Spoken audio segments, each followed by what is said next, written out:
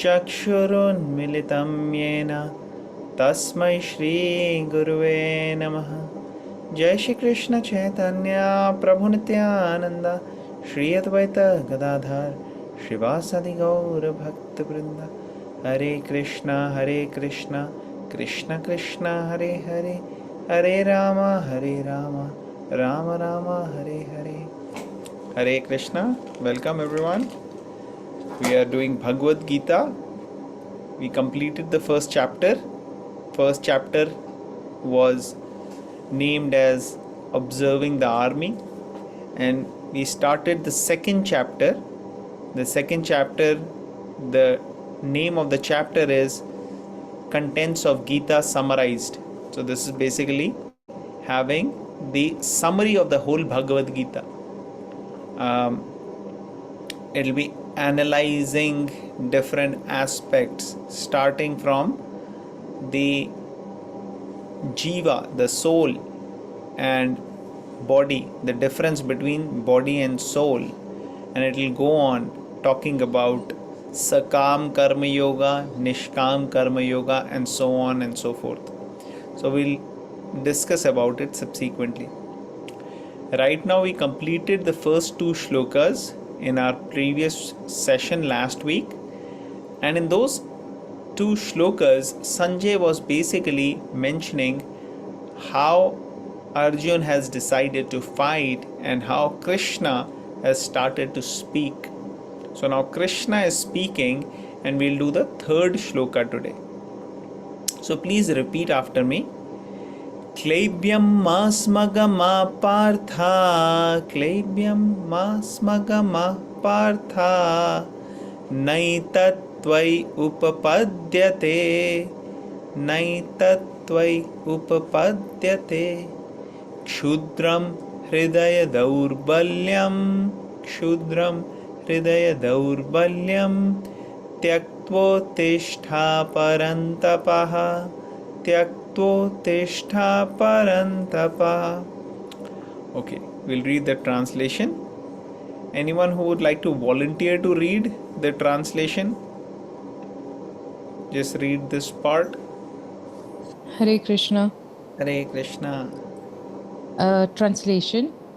O son of Pratha, do not yield to this degrading impotence. It does not become you. Give up such petty weakness of heart and arise, O justiciar of the enemy. You want to read the Can I? purport also? Yeah, please. Yes. Purport. Arjun Arjun was addressed as the son of Pritha, who happened to be the sister of Krishna's father Vasudev. Therefore, Arjun had a blood relationship with Krishna. If the son, if the son of a Kshatriya declines to fight, he is Kshatriya in name only, and if the son of Brahman acts impiously, he is a son of Brahman in name only. Such Kshatriyas and Brahman are unworthy sons of their fathers. Therefore, Krishna did not want Arjun to become an unworthy son of a Kshatriya. Arjun was the most intimate friend of Krishna, and Krishna was directly guiding him on the chariot. But in spite of all these credits, if Arjun abandoned the battle, he would be committing an infamous act. Therefore, Krishna said that such an attitude in Arjun did not fit his personality. Arjun might argue that he would give up the battle on the grounds of his magnanimous attitude for the most respectable Bhishma and his relatives, but Krishna considered that sort of magnanimity mere weakness of heart. Such false magnanimity was not approved by any authority. Therefore, such magnanimity, also called non-violence, should be given up by persons like Arjun under the direct guidance of Krishna. Hare Okay. Krishna. Thank you so much for reading. Hare Krishna. So here it is mentioned, O son of Pratha. So who is the son of Pratha?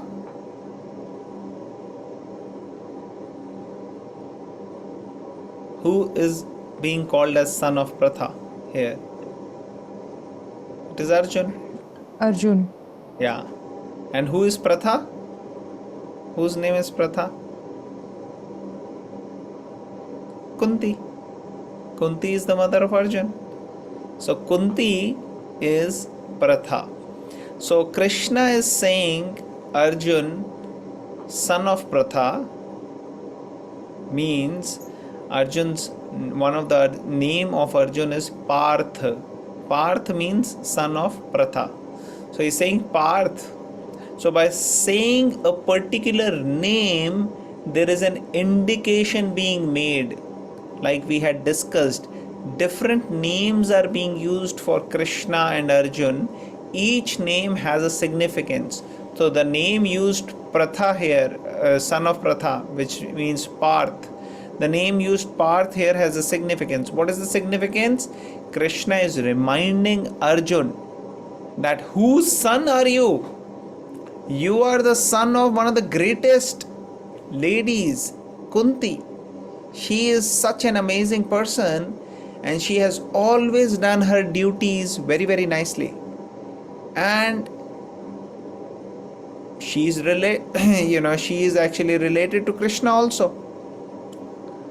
So Krishna is great. Krishna's Bhua is Kunti. She is great. So Arjun, you are belonging to great family. You are a Kshatriya and great things are expected from you. What is the great thing? That you will do your duty properly. You have to actually execute all your duties and responsibilities very, very nicely, like what your mother did. So like this, Arjuna is being reminded what kind of a lineage, what kind of a family he belongs to. And if he says, oh, I'm not going to fight, I'm going to decline, that would not be befitting, that would not be appropriate. A Kshatriya, his duty is to fight and fight for the right cause, fight for protecting people, fight for those who are helpless.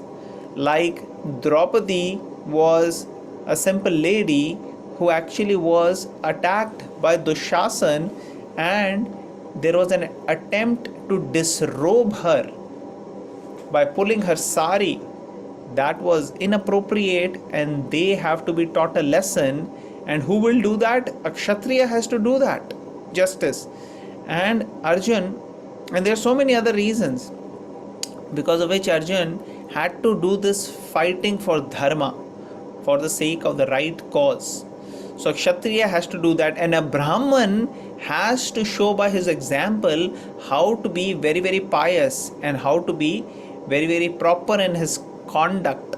If somebody who is saying I am a Brahman, but then he is cheating other people, he is not behaving properly, he is not actually doing what is supposed to be done by Brahman, then that person is not really a Brahman, he is a Brahman in name only. Similarly, a Kshatriya who is running away from the battle is a namesake Kshatriya only, not really much substance there. So just by being born in Brahman and Kshatriya family is not enough. You have to actually imbibe the qualities. That's what is being referred to here. That Arjun, you born in such a nice family, you have to have those qualities for being a Kshatriya. But then Arjun can say that no, I'm not doing it for my sake.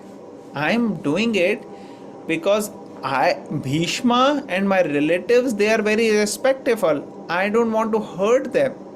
That is my greatness, my magnanimous nature, magnanimity, that I am feeling pity on them, compassion on them, and I don't want to kill them. But such magnanimity is not encouraged by scriptures or in Shastras, where you actually take side of adharma. You cannot take side of adharma. You have to stay on the side of dharma and do your duty in a dharmic manner. So this is what is the point which Krishna is conveying to Arjun by saying that, hey, how are you talking such such a bad thing, such a wrong thing of running away from battle. That is like a weakness. You're talking like a weakness, not just physical weakness, but weakness of your heart. Just give up such weakness and arise, O chastiser of the enemy. Chastiser of the enemy means from whom the enemies run away. Run away. So enemies will start running away because of the greatness and the power of that person. So who was that person? That was Arjun.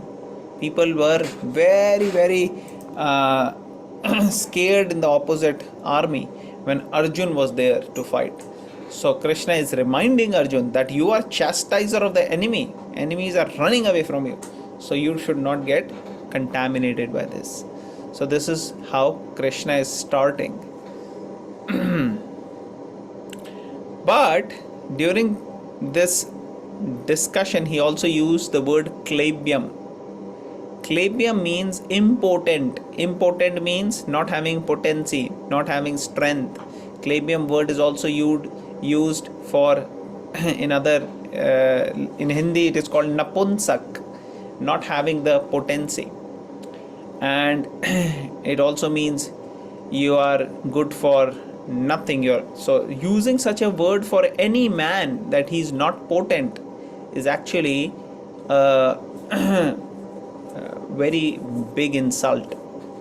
But using it for one of the greatest warriors, Arjun, it's kind of a biggest insult.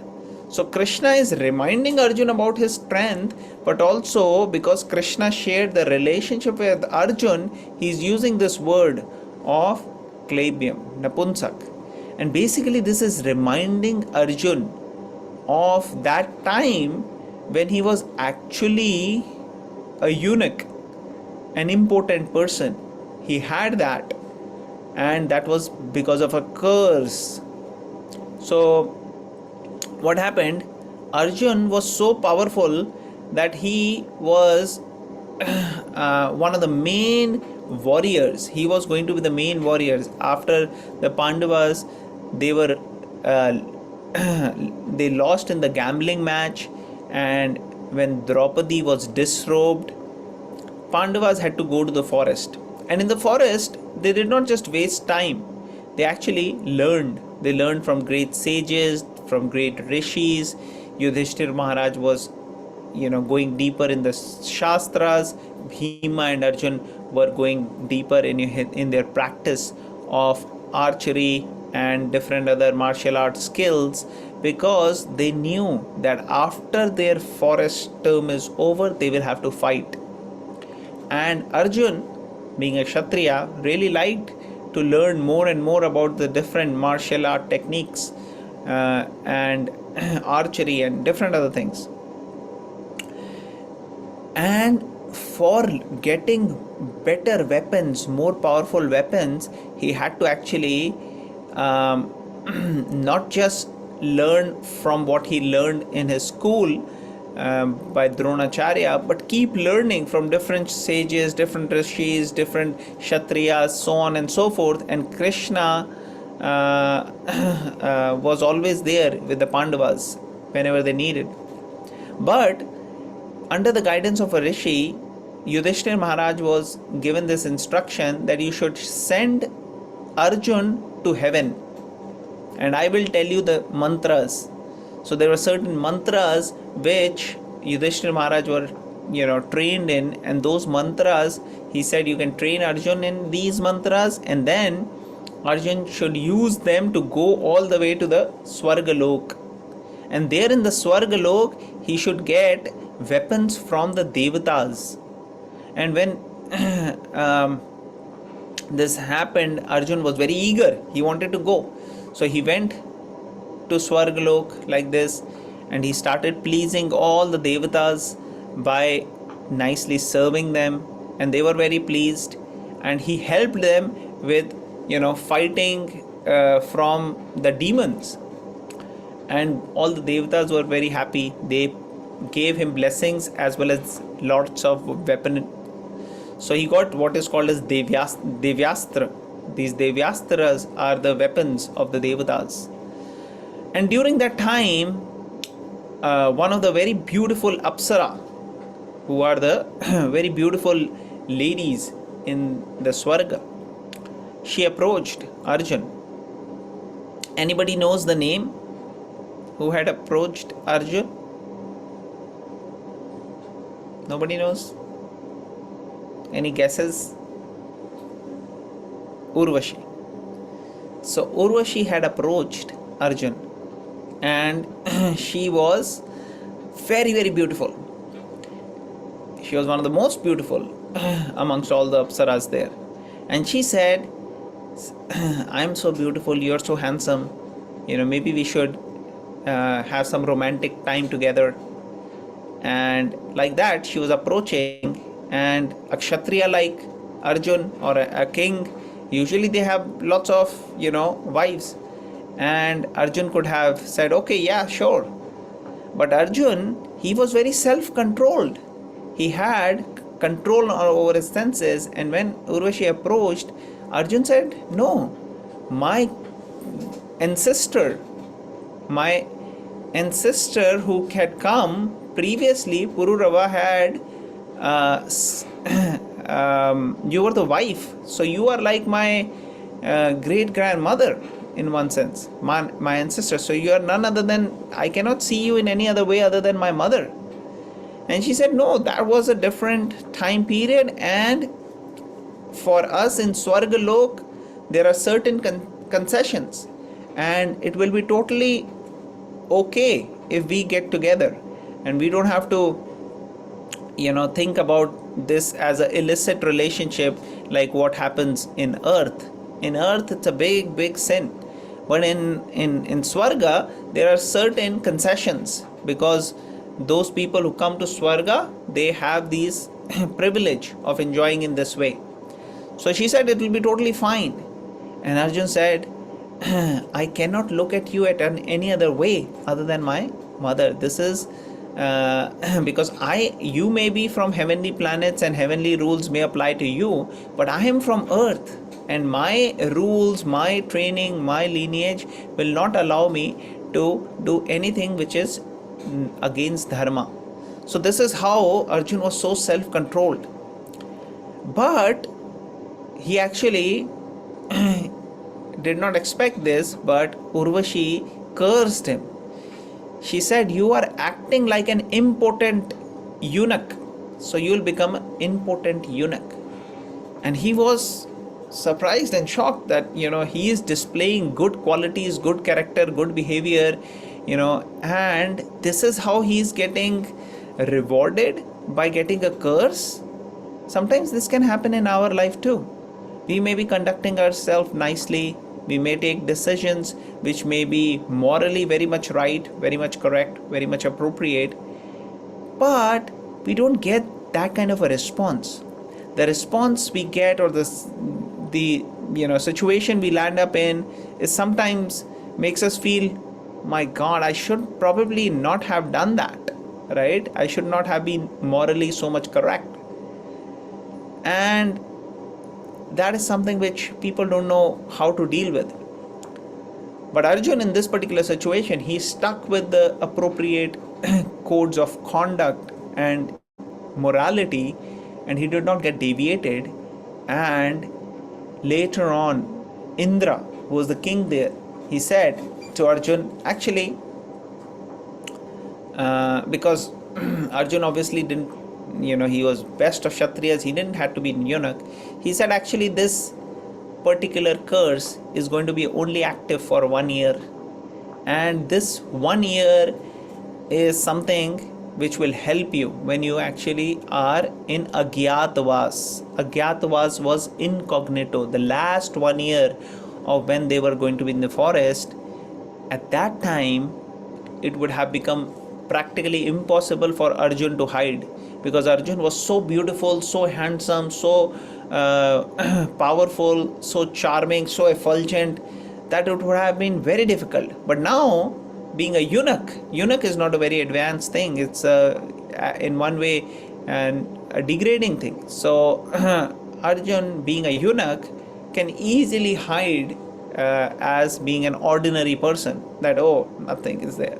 So he actually did that, and he became a dance teacher and music teacher for one of the king's daughter. Virat was the name of the king.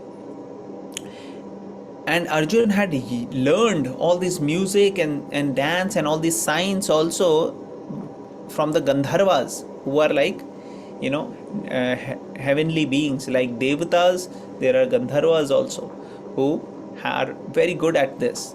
So this also he learned from Gandharvas. So this is how Arjun was learning, and now Krishna is reminding, you were a klebya in the past, but now you're again acting like a klebya, running away from battle. So this was like kind of, you know, Krishna was balancing very well what to say to Arjun. He is encouraging him by reminding him of his mother, as well as how he's the chastiser. He's Parantapa, chastiser of the enemy, but also starting by saying Klebya, which means you are not good for anything. So, like this, Krishna is balancing both sides, which way, which way you want to go.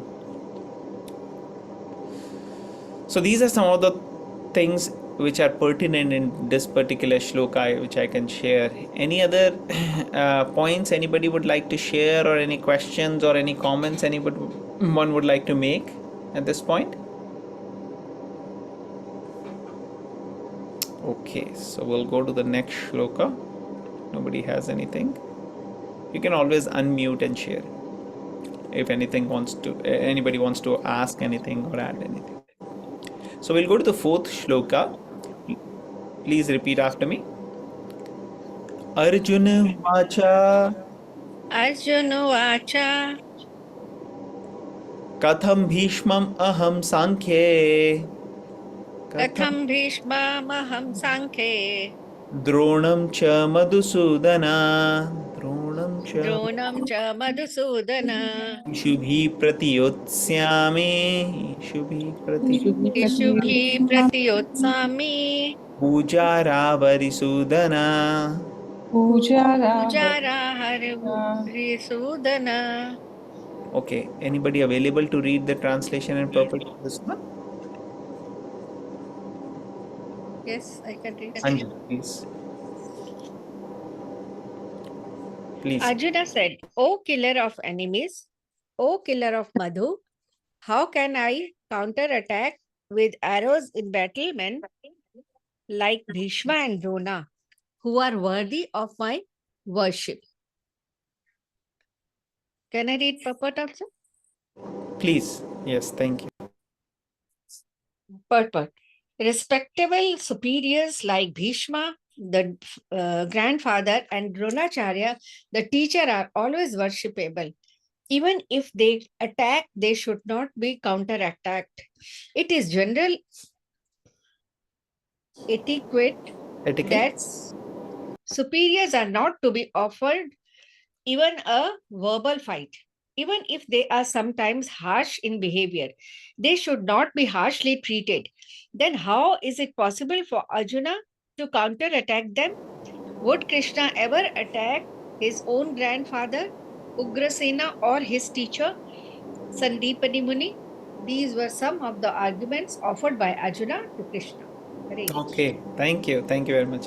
So previously Krishna is now balancing. He's saying, hey Klebyam, hey Parantapa, hey Partha, all these things. So Arjun is thinking, Arey, what exactly you mean? You want me to attack Bhishma and Drona? Puja Ravarishudana. They are my worshipable for me. Guru is worshipable, and my grandfather, he's worshipable. They are both older than me. They are my great worshipable personalities. You want me to attack them by arrows? And Prabhupada is explaining that elders should not be counter-attacked even by words, like in in the Vedic culture, in India, especially in the past, there was a lot of respect for elders, and elders were not to answer back or to counter-attack them or argue. That is not considered a very good etiquette. So Prabhupada is teaching us here So actually, if we learn Bhagavad Gita, if we have our kids also study Bhagavad Gita, we can learn so much. So here it is mentioned that how counter attacking even by words could be disrespectful, and older people, elders, they should not be disrespected at all. So these are the things which kids can learn. And we have our kids session, by the way. Anybody who wants to join our kids session, it'll be Sunday at 1 p.m. Eastern time. So we'll post that in the other WhatsApp group as well.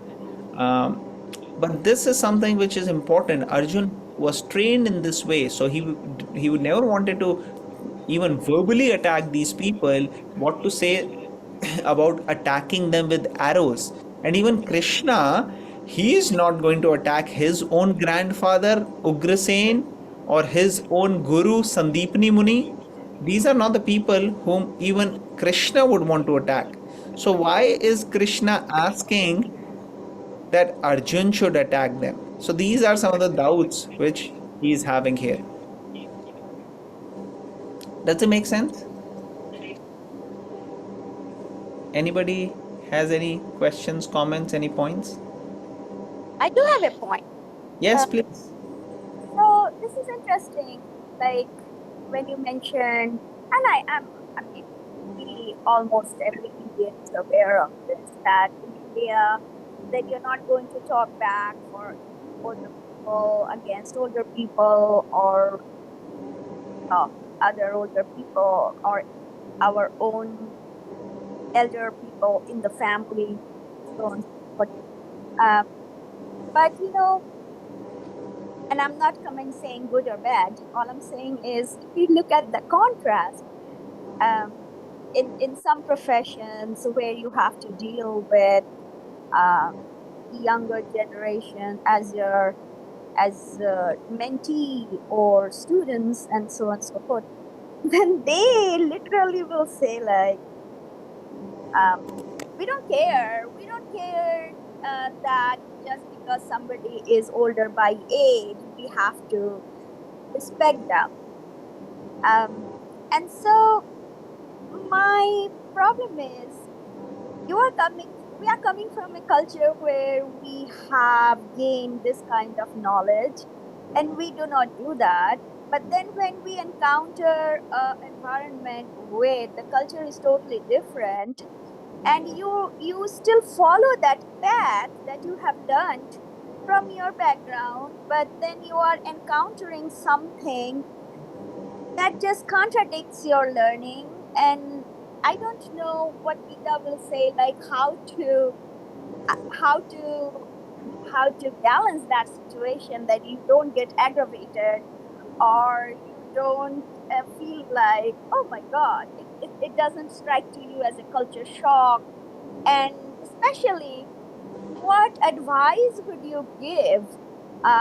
You cannot tell them that, Gita says this, because they are not, they don't know probably what is Gita, and they don't believe in that religion. So it's a very, very hard situation where you have a certain belief and then you're encountering a different environment, and they don't believe that age brings respect. So my thing is, what does Gita has any advice for us?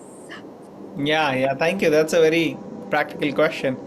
So, yeah, here it is said you should not counterattack, but then what should we do? How should we learn? So, we should learn just what. So, this is the argument which Arjun is making. We should learn how Krishna responded, and from that.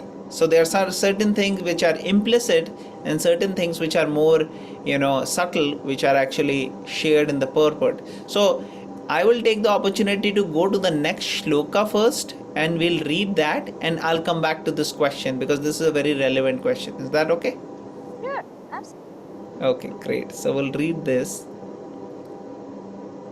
Please repeat after me, everybody. Guru nahatva hi mahanubhavan.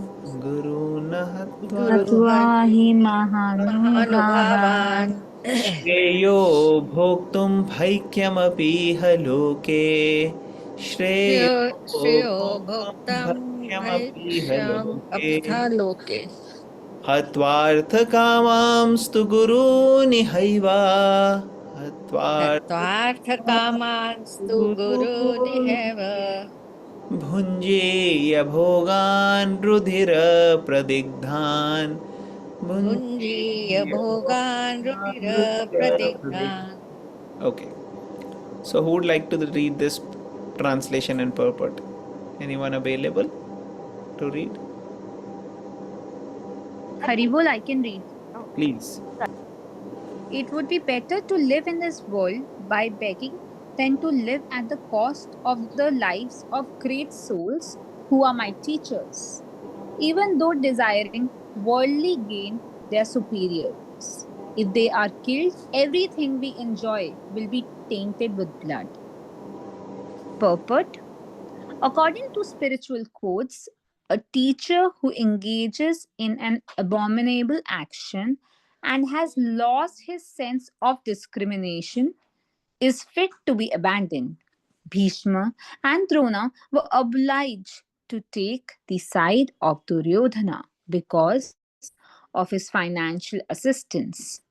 Although they should not have accepted such a position simply on financial considerations, under the circumstances, they have lost the respectability of teachers.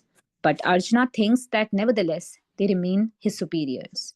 And therefore, to enjoy material profits after killing them would mean to enjoy spoils tainted with the blood.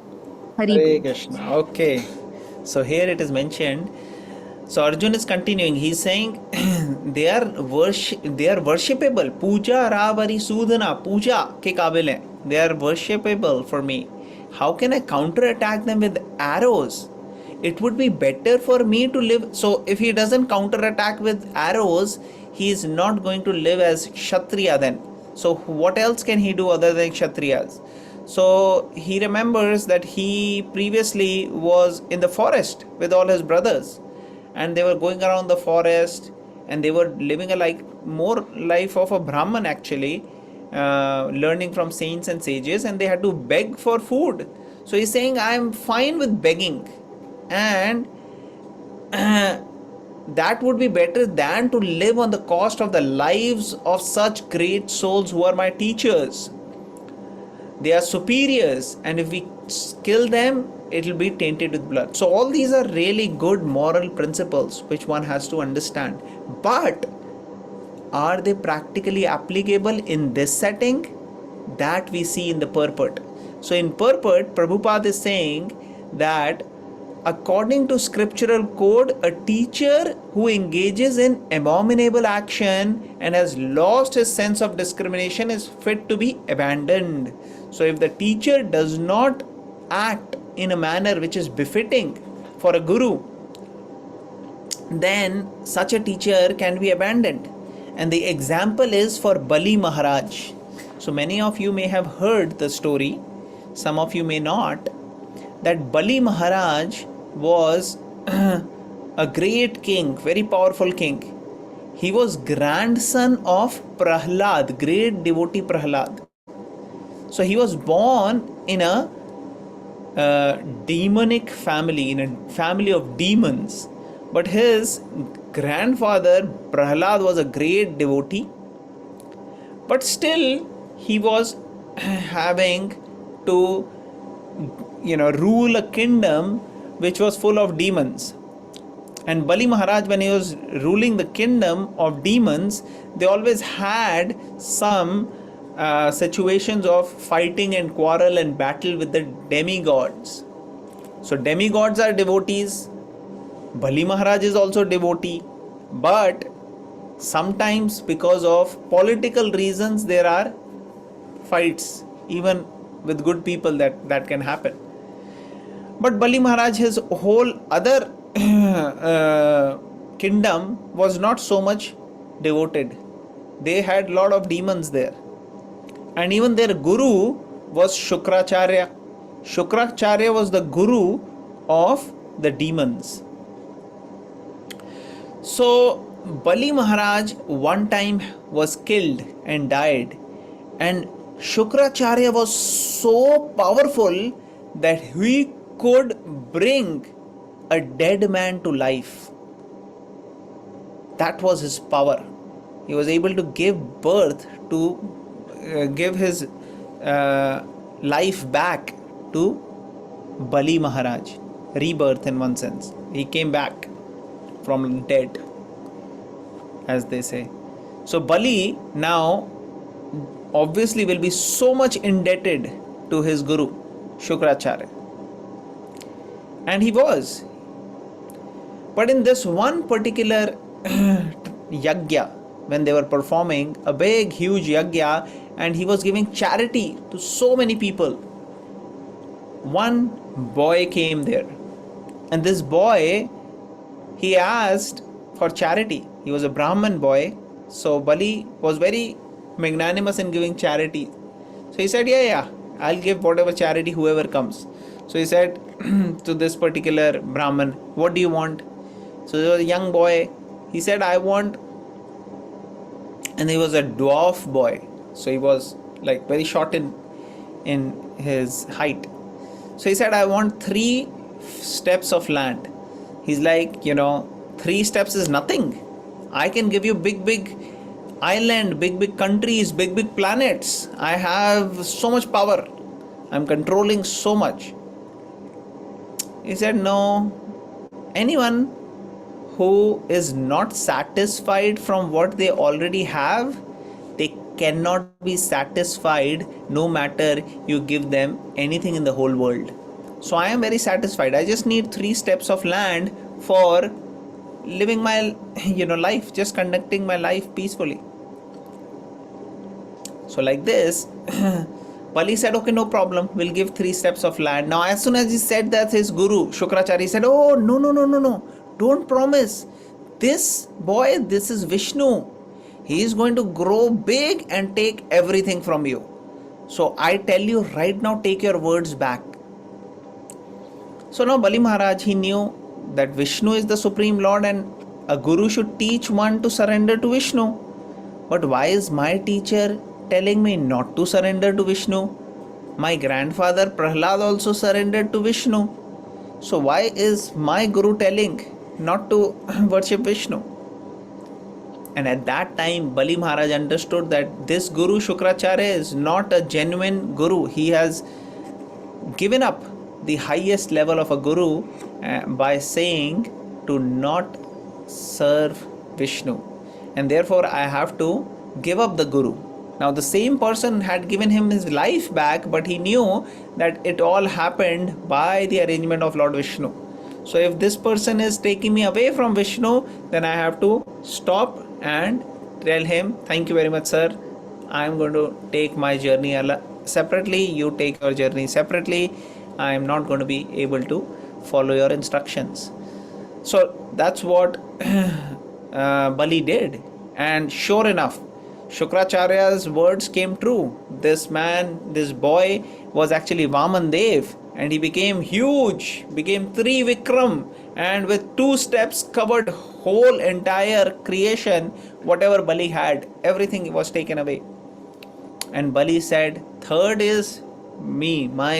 Put your third step on my head, and I completely surrender to you. So this complete surrender makes Bali Maharaj a great devotee, that he was able to, one time he was actually the king of practically the whole creation, and now on the next minute he has nothing and he is completely surrendered. So this is the example of how a cheating guru or somebody who's not fit to be at that level can be given. So even though one has to be respectful to elders, to teachers and everything, but at the same time we have to see the time, place and circumstance. Depending upon the time, place and circumstance, we have to use our intelligence. We have to use the teachings of the Bhagavad Gita to try to see how it will implement.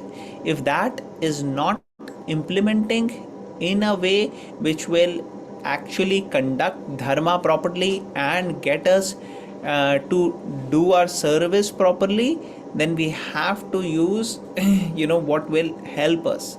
So in this particular situation, we see that Arjuna was using the teachings and the culture, but he was missing the point that it was all meant to protect dharma, and they were not doing it. Bhishma and Drona had taken side of Duryodhan. That was inappropriate. Bhishma, there is a specific reason why he did it, and in spite of doing it, he did no wrong. Drona, on the other hand, had made a big mistake by doing it. It wasn't something which Drona necessarily had a vow to follow. On Bhishma, it was an exceptional circumstance where he had to continue doing that. So, Arjun should have actually understood that these people, they are aggressors, like what we read in the first chapter. They are aggressors, and Bhishma Drona should have taken higher moral ground of stopping Duryodhan from disrobing Draupadi. Especially Drona. Drona should have done it. And because he didn't do it, he has to be the part of the battle in the way in which dharma could be protected. And for that, if it means to attack them with weapons, that may need to be done. And this is not something which Arjun could have really done it until and unless it comes from Krishna, and that's what is being clarified in so many different questions Arjun will be asking throughout the Bhagavad Gita, and we'll see how very specific answers Arjun will be getting from Krishna, which are relevant to Arjun's setting, but they are broad enough to actually be relevant in our setting also. So this is what I can share from this shloka. Does it somehow touch upon the answer to your question, Maushami? Yes. Actually, I got the point. I mean, yes, that's a very to the point answer, and that absolutely makes sense. Yes, it's the context of the time and the space that is relevant how you act and react. Yes. Okay, great. Thank you. Thank you. So we'll read our one more shloka for today, the last shloka. So please repeat after me. न चैतद्विद्मः कतरन्नो गरीयो न चैतद्विद्मः कतरन्नो गरीयो यद्वा जयेम यदि मानो जयेयु यद्वा जयेम यदि वानो जयेयु यानेव हत्वा न जिजीविषामस् यानेव हत्वा न जीविषामस् जीविषामः तेव स्थिता प्रमुखे धार्तराष्ट्रा तेव स्थिता स्थिता प्रमुखे धार्तराष्ट्राः. Okay, so previously Arjun was saying, hey, how can I counterattack my seniors who are older? It'll, it'll be all, whatever we'll win, it will be all blood tinged. How can I counterattack? And how can I even do that? That's how Arjun was thinking. Now we'll see continuation of that. Arjun is completing his thought. So who would like to read this one? I can read. Yes. Please go ahead. Nor do we know which is better, conquering them or being conquered by them. If we kill the sons Dhritarashtra, we should not care to live. Yet they are now standing before us on the battlefield. Purport? Please.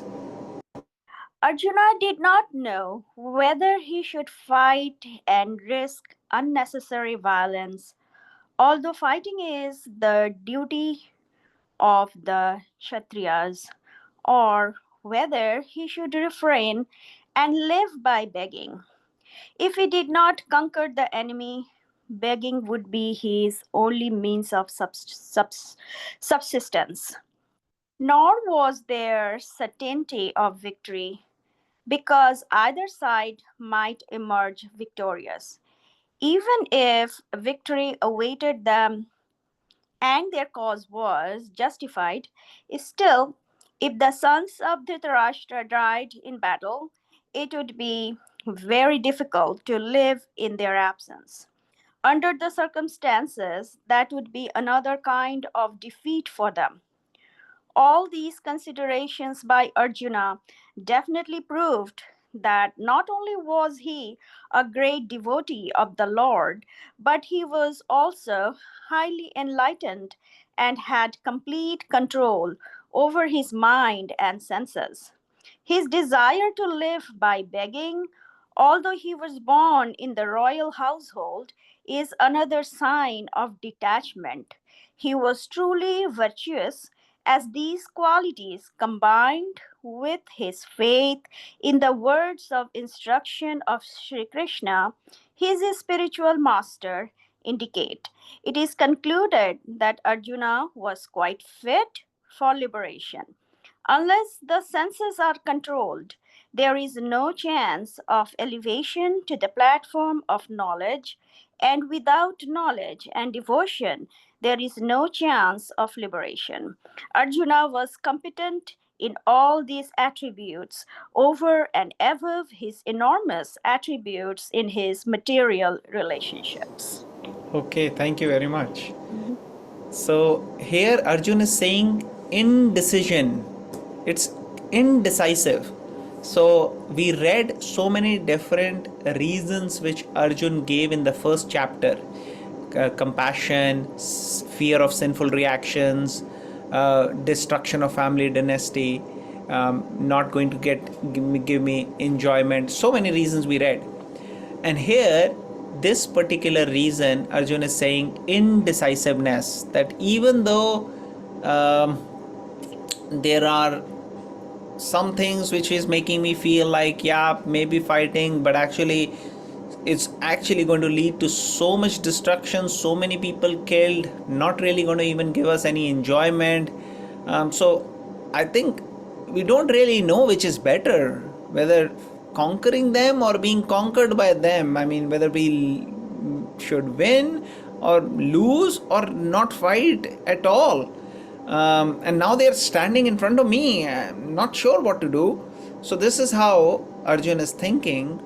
And Prabhupada is explaining that because of all the things he could see, problems which are going to come in future, he's thinking not fighting may be an appropriate option.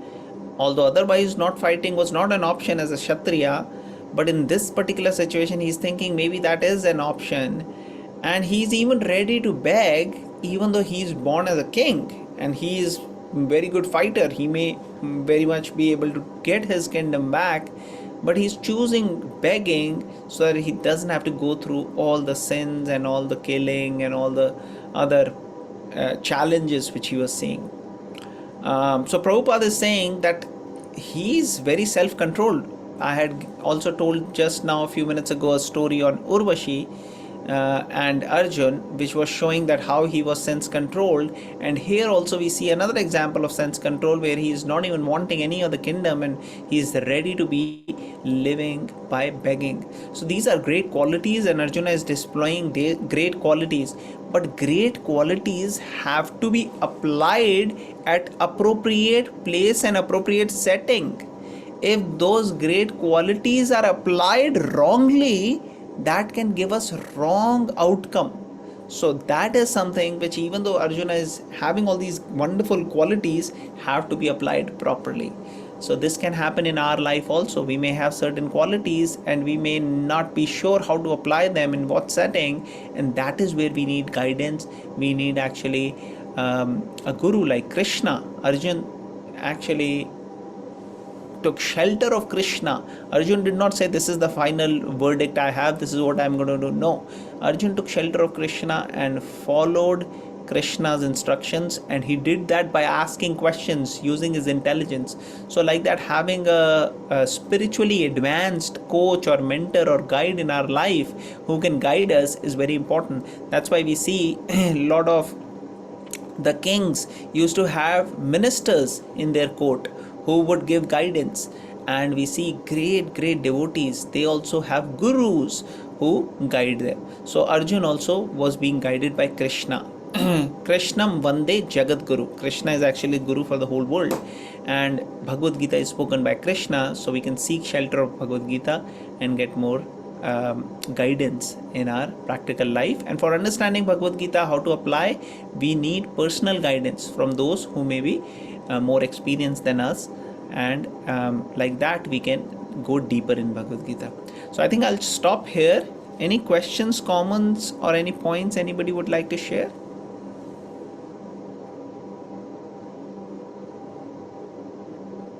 Okay, so if nobody has anything, we'll conclude for today then.